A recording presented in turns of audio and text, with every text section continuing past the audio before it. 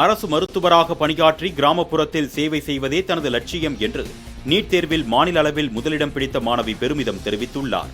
கிருஷ்ணகிரி மாவட்டம் ஒட்டம்பட்டி கிராமத்தைச் சேர்ந்த பழனிசாமி, ரேவதி தம்பதியரின் மகள் ரூபிகா இந்த ஆண்டிற்கான நீட் தேர்வில் மாநில அளவில் முதலிடம் பிடித்துள்ளார்.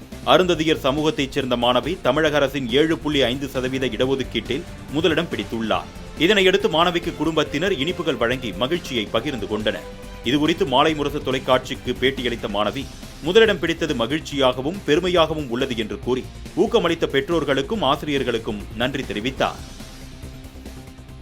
நான் டாக்டர் ஆகி என்னோட இந்த கிராமத்துக்கு ஒரு நல்ல டாக்டராக நான் பணிபுரியணும்னு ஆசைப்படுறேன். என்ன மாதிரி அரசு பள்ளியில் படிக்கிற அத்தனை மாணவர்களும் இது மாதிரி நல்ல ஒரு முன்னேற்றத்தை பெறணும்னு ஆசைப்படுறேன்.